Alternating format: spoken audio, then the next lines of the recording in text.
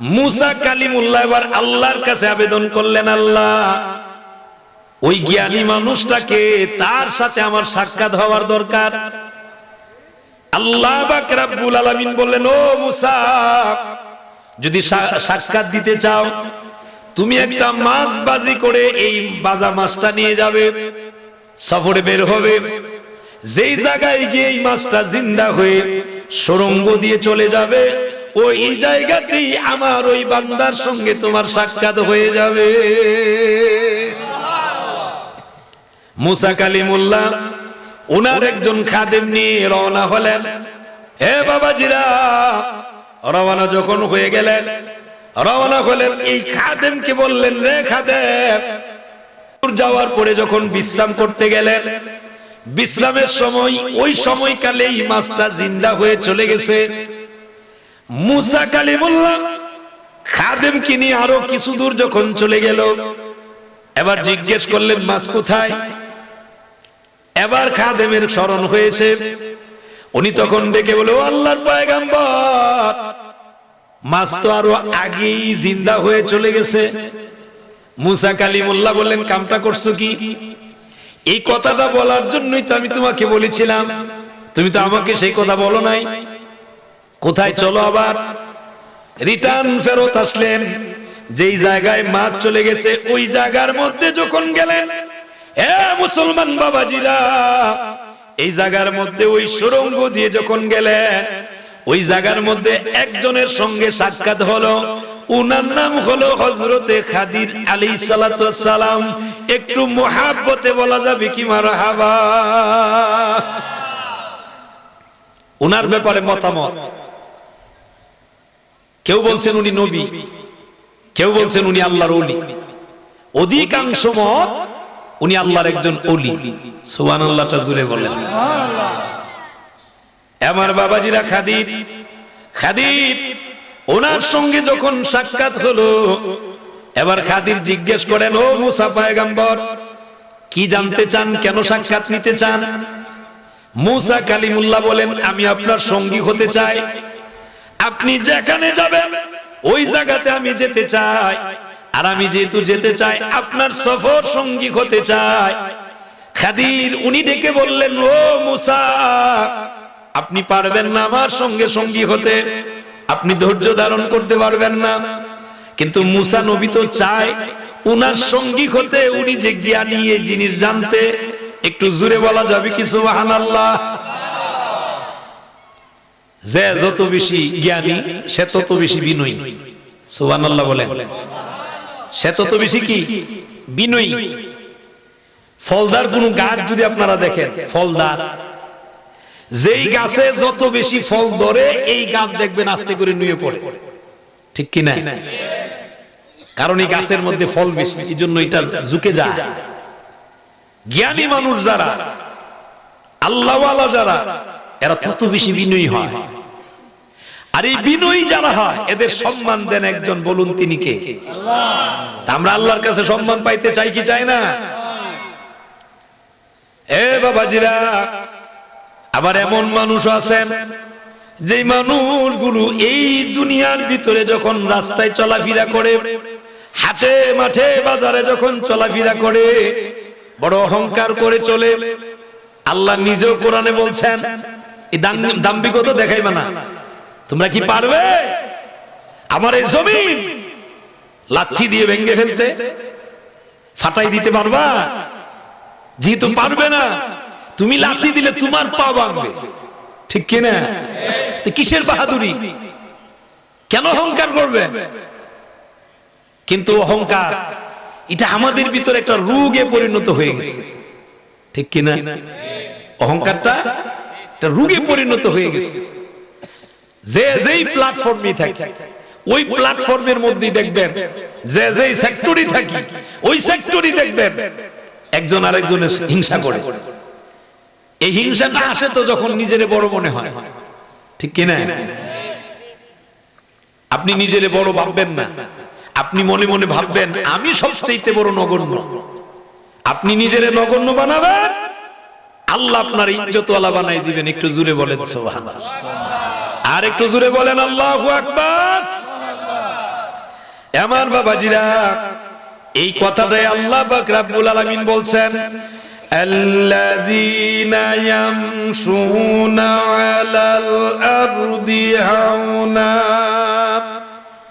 আমি রহমানের বান্দা যারা, এরা জমিনের উপরে চলাফেরা করবে, অহংকারী করবে না, বিনয়ী হবে, নম্র হবে, ভদ্র হবে। একটু জোরে বলুন সুবহানাল্লাহ।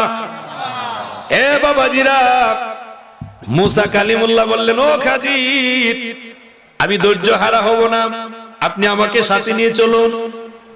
এবার নিয়ে গেলেন। যেতে যেতে এ বাবাজিরা, প্রথম একটা নদী পার হওয়া লাগে। ওই নদী পার হওয়ার সময় যেই নৌকা করে নদী যখন পাড়ি দিলেন, নদী পার দিলেন, উপারে চলে গেলেন। খাদির উনি তখন নামার আগেই একটা সাফল জাতীয়, লোহা জাতীয় একটা জিনিস নিয়ে ওই নৌকাটাকে উনি ছিদ্র করে দিলেন। নৌকারে ছিদ্র করে দিছে, কিন্তু নৌকা ছিদ্র করছেন, নৌকাটা নিখুঁত একটা নৌকা, এটার খুদ বানাই দিছে। মুসা পয়গম্বর ডাক দিলেন, এ খাদির, আমাদেরকে বড় মায়া করে নদী পার করে দিয়েছে নৌকা দিয়া, আমাদের কাছে টাকা পয়সা নেয় নাই, এরপরেও আপনি তার নৌকাটা ছিদ্র করে দিলেন। খাদির ডাক দিয়ে বলো, মুসা, আমি কিন্তু আপনাকে আগেই বলেছি, আপনি ধৈর্য ধারণ করতে পারবেন না, আমারে কোনো প্রশ্ন করতে পারবেন না। এখন যে আপনি প্রশ্ন করলেন, আপনার রাস্তা আপনার, আমার রাস্তা আমার, আপনার ভাবে আপনি যান, আমার ভাবে আমি যাই। কিন্তু যখনই কথা বললেন, মুসা নবী আবার বললেন, ও খাদির, না, আর এরকম হবে না, আমি আর দ্বিতীয় প্রশ্ন করব না। বলছেন তো আমাকে পাবেন। কিন্তু মুসা কালিমুল্লাহ, উনি তো জলিল কদর পয়গম্বর, রাগী, ওনার তো রাগ উঠে যায়, অন্যায় দেখলেই রাগ উঠে, অন্যায়টা সহ্য হয় না, ঠিক কি না? আর এটা তো মুসলমানদের একটি গুণ। কুনতুম খায়রা উম্মাতিন উখরিজাত লিন-নাস। আল্লাহ পাক রব্বুল আলামিন বলেন, তোমাদের ভিতর থেকে একদল মানুষ এমন থাকা দরকার, যে মানুষগুলো আল্লাহর রাস্তায় মানুষদেরকে ভালো কাজের আদেশ দিবে, নিজে ভালো কাজ করবে, অন্য মানুষদেরকে ভালো কাজের আদেশ দিবে, নিজে মন্দ কাজ করবে না, অন্য মানুষদেরকে অন্যায় কাজ দেখলে বাধা দিবে। কিন্তু এটা আমরা এখন করি না। কথা বলেন ঠিক না ভাই? ঠিক, আমরা করি না। নিজে নিজে চিন্তা করি, নিজে বাঁচলে বাপের নাম, ঠিক কি না? নিজে বাঁচলে বাবার নাম। আমার বাবাজিরা, বন্ধুরা আমার, মুসা কালিমুল্লাহ আবার ডেকে বললেন, খাদির, আর এরকম হবে না, এখন আপনি আমাকে সুযোগ দেন। আবার সুযোগ দেওয়া হলো। আবার যেতে লাগলেন। যেতে যেতে এক এলাকার মধ্যে চলে গেলেন। যে এলাকাতে গেলেন, ও বাবাজিরা, এই এলাকাতে গিয়ে দেখলেন একটা সুন্দর ফুটফুটে বাচ্চা। এই বাচ্চা সন্তানটা খেলাধুলা করতেছে। খাদির এই বাচ্চাটাকে ডাক দিলেন, কাছে আসলো। কাছে আসার সঙ্গে সঙ্গে খাদির নিজে ওই সন্তানটাকে ধরে ঘাড়ের মধ্যে ঘাড় মটকায় দিয়া ওই সন্তানটাকে মেরে ফেললো, হত্যা করছে। হত্যা করা কি ভালো কাজ? মুসা কালিমুল্লাহ দেখছে, বড়ি তো রাগ উঠছে, কামড়া করলেন কি? হ্যাঁ, এত সুন্দর একটি বাচ্চা, এই বাচ্চাটার আপনি গর্দান ভেঙে দিলেন। খাদির উনি ডেকে বলেন, মুসা পয়গম্বর, বুঝছি আপনার রাস্তা আপনার, আমার রাস্তা আমার। আমি তো আগেই বলেছি আপনি পারবেন না, আপনি ধৈর্য ধারণ করতে পারবেন না। উনি আবার ডেকে বললেন, ও খাদির, ঠিক আছে, যান, আর এরকম হবে না, চলুন। আমার বাবাজিরা, এবার যেতে যেতে এমন এক এলাকার মধ্যে চলে গেলেন, যে এলাকায় যাওয়ার পরে পেটের মধ্যে খিদা লাগছে। কি লাগছে? খিদা। পেটের মধ্যে খিদা লাগছে। খিদা লাগার কারণে বললেন, আপনাদের এলাকার থেকে আসেননি কেউ খাবার দাবার দেওয়ার মতো? আমরা কিছু পরিশ্রম করব, এমনি নিব না। কি পরিশ্রম করবে। ওনারা দেখলেন একটা ওয়াল হেলে গেছে। এই ওয়ালটা যখন হেলে গেছে, এই হালা ওয়ালটাকে হযরত খাদির উনি ধরলেন, মুসা কালিমুল্লাহও বললেন, ধরছেন, উঠাই দিছেন, এই ওয়ালটা সোজা করে দিছেন। একটু জোরে বলুন সুবহানাল্লাহ। চাইলেন মজুরি বাবদই দেন, কিন্তু দেয় নাই। খাদির আলাইহিস সালাতু ওয়াস সালাম উনি চলে আসেন। মুসা পয়গম্বর জিজ্ঞেস করেন, আপনি কেন এই কাজটা করলেন? কাজ করার পরে তো কোনো মায়না পাইলেন না, সম্মান পেলেন না। আমার বাবাজিরা তিনটা কাজ দেখলেন। তিনটা কাজ দেখার পরে এখন মুসা কালিমুল্লাহ উনি বলে, ও খাদির, আপনার সঙ্গে থাকতে পারি আর না পারি, আর যাওয়ার ইচ্ছা আমার নাই। তবে তার আগে, আপনার কাছ থেকে চলে যাওয়ার আগে আপনাকে প্রশ্ন করি, বলুন দেখি এই তিনটা কাজ কেন করলেন? এই তিনটা কাজের ব্যাখ্যা দেন। আমার মুসলমান বাবাজিরা, এবার মুসা কালিমুল্লাহকে খাদির প্রশ্নের জবাব দিতে লাগলেন। বললেন, এক নাম্বার, নৌকা দিয়ে যে বের হয়েছিলাম, নৌকা দিয়ে নদী পারাবার হয়ে যখন আমরা এসেছিলাম, এই নৌকাটা নিখুঁত। আর এই দেশের ভিতরে একজন রাজা আছে, বাদশা আছে, যে বাদশা হলো জালিম বাদশা। কি বাদশা? জালিম বাদশা। কিছুক্ষণের ভিতরে তিনি আসতেছেন জাহাজে করে, স্টিমারে করে। এই নদীর পথে যতগুলো ভালো নৌকা পাবে, নিখুঁত নৌকা পাবে, এই নৌকাগুলো উনি সাথে সাথে স্টিমারে উঠায় নিয়ে যাবে। নিখুঁত কোন নৌকা পাইলে নিয়ে যাবে। এই জন্য আমি এই নৌকাটা, উনি আমাদের উপকার করছে, এজন্য আমি নৌকাটা একটু ছিদ্র করে দিয়েছি। খুঁত থাকলে আর নিবে না। এই লোকটা অন্ততপক্ষে এই খুঁতটাকে মেরামত করে উনি ওনার জিন্দেগি চালাইতে পারবে। কথা বলেন ঠিক না বেঠিক? তো লোকটার কি উপকার করলো না ক্ষতি করলো? উপকার। এই জ্ঞানটা মুসা নবীর আল্লাহ দেন নাই, এই জ্ঞানটা হযরত খাদিরকে আল্লাহ দিয়েছেন। একটু জোরে বলুন সুবহানাল্লাহ। আমার বাবাজিরা, বন্ধুরা আমার, মানুষ ছোট হতে পারে, কিন্তু জ্ঞানের বেলায় আল্লাহ পাক রব্বুল আলামিন ছোট মানুষকেও জ্ঞান দিতে পারে কি পারে না? জোরে বলেন, বিশ্বাস আসেনি? ছোট মানুষের দিয়ে আল্লাহ জ্ঞান দিতে পারে। আমার মুসলমান, এক নাম্বারের ব্যাখ্যা দিলেন মুসা কালিমুল্লাহ, বললেন আপনি উপকার করলেন। এবার দুই নাম্বার ব্যাখ্যা দিলেন, ও মুসা, দুই নাম্বার, এই শিশু সন্তানটাকে কেন হত্যা করলাম? হত্যা আমি করতাম না, করেছি এই জন্য আমি দেখতে পেয়েছি এই সন্তান যদি বড় হয়, বড় হওয়ার পরে নাফরমানি কাজ করবে, বড় বড় অন্যায় কাজ করবে। তার অন্যায় কাজের জন্য তার বাবা মা দুইজন অপরাধী হবে। তার বাবা মা যেন অপরাধী না হয়। তার বাবা মা খুব ভালো মানুষ, এই জন্য আমি তার ঘাড় মটকায়া দুনিয়া থেকে সরাই দিই। এই কাজটা উপকারী করছে। তিন নাম্বার, ওয়াল দিয়ে উঠাই দিলেন, মজুরিও দাবি করলেন না। খাদির ডাক দিয়ে বলে, ও মুসা, তিন নাম্বার, আমি যে ওয়াল সোজা করে দিলাম, এই ওয়াল সোজা করার কারণ হলো, ওয়াল সোজা করে দিয়েছি এই জন্য এই ওয়ালের নিচে দুইটা এতিম সন্তানের সম্পদ রয়েছে। এতিমরা বড় হলে সম্পদটা যেন পায়, এই জন্য আমি ওয়ালটারে সোজা করে দিয়েছি। ক্ষতি করছে না উপকার করছে? এই এলেমটা আল্লাহ খাদিরকে দিলেন, মুসা নবীর দেন না।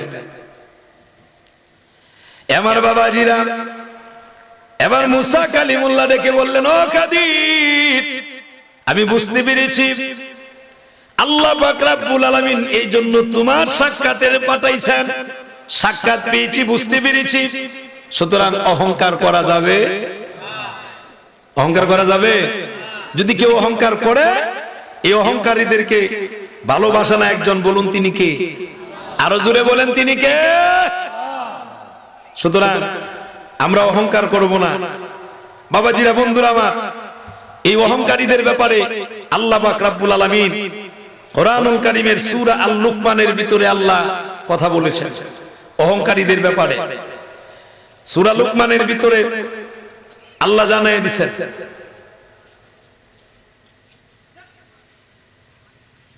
আমার বাবাজির আল্লাহ পাক রব্বুল আলামিন জানায় দেন, ওয়ালা তুসাইর খাদ্দাকা লিন্নাসি ওয়ালা তামশি ফিল আরদি মারহা। আল্লাহ পাক রব্বুল আলামিন বলে দিতেছেন অহংকার বসে এই কথাটা হযরত লুকমানে হাকিম তার সন্তান প্রিয় সন্তানদেরকে নসিহত করতে যায় কথা বলেছিলেন, তুমি এমন ভাবে চলবে না, জমিনের উপরে অহংকার বশত চলবে না। এই নসিহতটা করতেছিলেন হযরতে লুকমান। একটু জোরে বলুন সুবহানাল্লাহ। মানুষকে অবজ্ঞা করবে না, মানুষকে ছোট মনে করবে না। কিন্তু আমাদের সমাজের ভিতরে অন্য মানুষকে ছোট মনে করা এই প্রবণতা আমাদের সমাজে আছে না নাই? আরো জোরে বলেন আছে না নাই? আমি অনেক কিছু, তুই কিছু না। আমি অনেক কিছু, তোর কিছু নাই। আমার অনেক কিছু আছে, এগুলা বলা যাবে না। আচ্ছা বলুন তো, ধন সম্পদ দেওয়ার মালিক কে? নেওয়ার মালিক কে? তো দেওয়ার মালিকও যদি আল্লাহ হয়, নেওয়ার মালিকও যদি আল্লাহ হয়, আপনি অহংকার করে লাভটা কি? কোন লাভ আছে? আরো জোরে বলেন, লাভ আছে? জমিনের উপরে আল্লাহ নিষেধ করছেন অহংকার বশত যেতে না চলা, এইভাবে চলা যাবে না। ফেরাউন অহংকার করছে, টিকতে পারছে? কথা বলে না। ফেরাউন কি টিকতে পারছে? নমরুদ অহংকার করছে, টিকতে পারছে? কত বড় বড়রা অহংকার করছেন, টিকতে পারে নাই। আল্লাহ তাদেরকে টিকান নাই। আমার বাবাজিরা, বন্ধুরা আমার, সাজ্জাদ নামে একজন লোক, যেই লোকটা নিজে আল্লাহর সাথে চ্যালেঞ্জ করে জান্নাত বানাইছে। কি বানাইছে? জান্নাত বানাইছে। আল্লাহরও জান্নাত আছে, আমারও জান্নাত আছে, আমিও জান্নাত বানাই। তো জান্নাত বানাইছেন, আপনারা আমারে জবাব দেন দেখি। এই জান্নাতের ভিতরে যাবেন, ঢুকবেন, সব কিছু দিয়ে সুসজ্জিত করছেন। সুসজ্জিত করার পরে উনি যাবেন, একলা পা নামাইছেন, আরেকটা পা নামানোর সুযোগ দেয় নাই। মালাকুল মউত উনার সামনে হাজির, এবং মালাকুল মউত ধমকের সুরে বললেন, একটি পা আপনার আরোহীর উপরে, আরেকটি পা নিচে, আপনি যেমন আছেন এমনই, এইভাবেই আপনার জান কবজ করা হবে। একটু জোরে বলুন সুবহানাল্লাহ। সুযোগ দেয় নাই, তাহলে কিসের অহংকার? নিজে জান্নাত বানাইলেন, জান্নাতে বসবাস করতে পারে না। আমাদের সমাজে এরকম অনেক লোক আছে, লন্ডন, আমেরিকা, ইতালি, বিভিন্ন দেশে থাকেন, দেশের বাড়িতে বিল্ডিং বালাখানা বানাইছেন, কিন্তু এই বিল্ডিং এর ভিতরে এক রাত্র আপনি থাকার কোন সুযোগ হয়?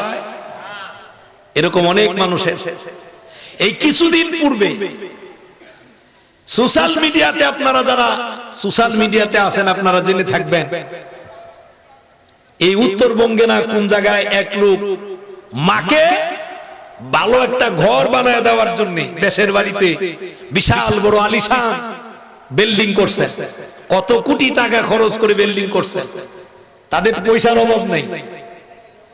কিন্তু তার মা এই ঘরের ভিতরে যেতে পারে নাই, আল্লাহ মালাকুল মউত পাঠাই দিয়েছে। সাথে কিছু গেছে? জুড়ে বলেন, কিছু গেছে? তো যেহেতু নিতে পারবেন না, তাহলে কেন এত অহংকার?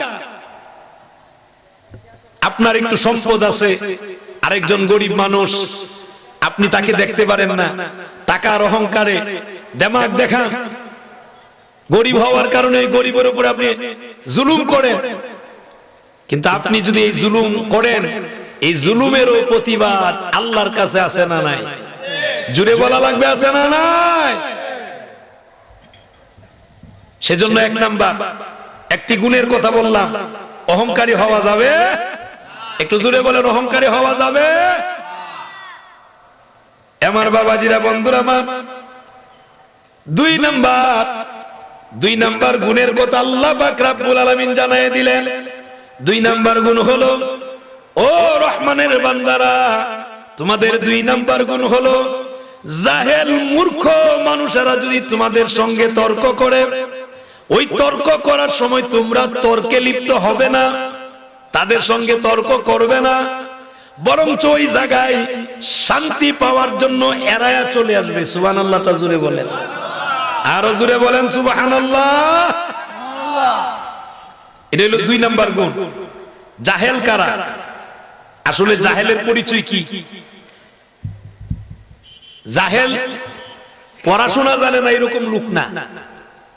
মুফাসসিরিনে কেরাম বলেন জাহেল হলো সেই লোক যে আল্লাহর রাসূল মানে না। কি মানে না? আল্লাহর রাসূল মানে না, সে হলো জাহেল, মূর্খ। তার চাইতে বড় মূর্খ আর কেউ নাই। কথা বলে, তার চাইতে আর মূর্খ আর কেউ নাই যে রাসূল মানে না। আর যে রাসূল মানে, তার যদি দুনিয়াবি কোন স্কুল কলেজ ইউনিভার্সিটির কোন শিক্ষা না থাকে, যদি লোকটা মেথর হয়, যদি লোকটা মুসি হয়, যদি লোকটা মালিক আমলা হয়, দিন মজুর হয়, কিন্তু এই লোকটাই জ্ঞানী। কেন? রাসূলের আদর্শ করা সৈনিক। কথা বলেন ঠিক না বেঠিক? এখন মূর্খ তো আপনি অনেক কিছু জানেন, আপনি ইউনিভার্সিটি পড়ছেন, আপনি আরো বড় বড় বিদ্যা অর্জন করছেন, ডক্টরেট হয়েছেন, কিন্তু আপনার কাছে রাসূলুল্লাহর আখলাক নাই, আপনার কাছে রাসূলুল্লাহর রং নাই, আপনি রাসূল মানতে পারেন নাই। কথা বলেন ঠিক না বেঠিক? এরকম কিছু মানুষ দেখবেন, আপনার পাশে একজন বসা, উনি মুফতি সাহেব। কি সাহেব? মুফতি সাহেব। কিন্তু মুফতি সাহেবরে রাইখা ওই একজনে প্রশ্ন করছে, মুফতি সাহেবরে কিছু জিজ্ঞেস না করে ওই নিজে নিজে পণ্ডিতি। আসেনি এরকম? নিজে নিজে পণ্ডিতি। আরে এইটা উনার জিজ্ঞান লাগবে, এটা তো আমিও জানি। ঠাস করে একটা মাসালা দিয়ে দেয়, একটা উত্তর মাইরা দেয়। একজন আলেমের সামনে আপনি জানেন না, আপনি না জানার মতো থাকেন, আপনি শুনছেন, শোনা কথা ওই জায়গায় রাখেন। আপনি জ্ঞান অর্জন করতে গেলে উনি কি বলে উনাকে প্রশ্ন করেন। কথা বলেন ঠিক না বেঠিক? মসজিদের ইমাম সাহেবরে প্রশ্ন করছে, মসজিদের ইমাম সাহেব কখন জবাব দিবে, ইমাম সাহেবের আগে বেচারা জবাব মাইরা দেয়। এরকম লোক আসেনি? এরকম জাহেল যারা, মূর্খ যারা, এদের সাথে তর্কে যাওয়া যাবে। নিষেধ করছেন একজন, বলুন তিনি কে? আল্লাহ নিষেধ করছেন। কারণ এমন হতে পারে এই মূর্খ মানুষের কথার কারণে, আপনি তর্ক ধরার কারণে আপনার ঈমানও চলে যেতে পারে। কারণ মূর্খ তো বুঝে না, তার জবান দিয়ে এমন কথাও বের করবে যেই কথা বের হলে আপনার ঈমান চলে যেতে পারে। এজন্য আপনি তর্কে লিপ্ত হবেন না। ওই জায়গা থেকে আপনি চেষ্টা করবেন যেন একটু ফাঁস কেটে আপনি ওখান থেকে চলে যাবেন। এই কথাটা আল্লাহ বলে দিয়েছেন, ক্বালু সালামা, এরা বলবে আমরা শান্তি চাই। সুবহানাল্লাহটা জোরে বলেন। কি চাই? শান্তি চাই। আমার বাবাজিরা, বন্ধুরা আমার, 3 নাম্বার গুণের কথা আল্লাহ পাক রব্বুল আলামিন বলেন, ওয়াল্লাযীনা ইয়াবিতুনা লিরাব্বিহিম সুজদান ওয়া কিয়ামা। রহমানের বান্দাদের 3 নাম্বার গুণের কথা আল্লাহ বলেন, রহমানের বান্দারা রাত্র যখন গভীর হয়ে যায়, ওই গভীর রাত্রিতে অহেতুক সময় কাটানা, অনর্থক সময় ব্যয় করে না। ওই রাত্রি বেলাতে ঘুম থেকে উঠে আমি আল্লাহ পাকের সামনে দাঁড়ায় যায়, নামাজ আদায় করে আমি আল্লাহর কুদরতি ভাবে সেজদা দেয়, রুকু দেয়। সুবহানাল্লাহটা জোরে বলেন। সুজদাও ওয়া কিয়ামা, সেজদাও দেয়, আমি আল্লাহর সামনে দাঁড়ায়ও থাকে। সুবহানাল্লাহ বলেন। আল্লাহর সামনে দাঁড়ায় থাকলে লাভ আছে না নাই? আমার বাবাজিরা, কোটি কোটি মানুষেরা যদি এক পক্ষে থেকে আপনার কোনো ক্ষতি করতে চায়, আর আমার আল্লাহ যদি আপনার উপকার করতে চায়, বলুন দেখি এই কোটি কোটি মানুষ কোনো ক্ষতি করতে পারবে না? পারবে না। সেজন্য সে আল্লাহর কাছে আপনি এইভাবে দাঁড়ায় থাকতে হবে। আর দাঁড়ায় থাকলে লাভ আছে না নাই? সুবহানাল্লাহটা একটু জোরে বলেন, আর একটু জোরে বলেন আল্লাহু আকবার।